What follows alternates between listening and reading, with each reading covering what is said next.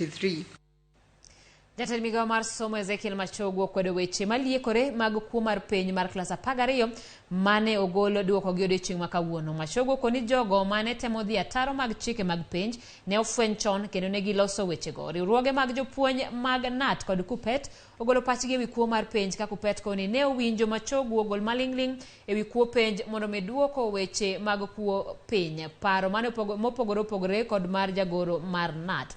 E kinde mane itimo penj mar klas 12 kuonde moko mane time penj kaka skul moro e kaunti ma Kisii ne omaki ng'at moro kata ji 6 mane oyud kadhi ataro mar penj ka mathoth kuomgi pok ong'e nyaka kawuono.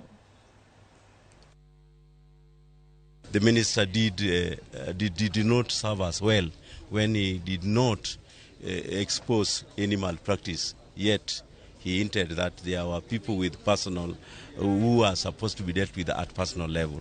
We needed to know that how many were these, if there were, because if we later get to know that somebody was wrongfully victimized, then it becomes something which is not very clear. Yore mag tiyo gi dhano ng'eny ok ni kilande lela kama kore ka itiyo kode.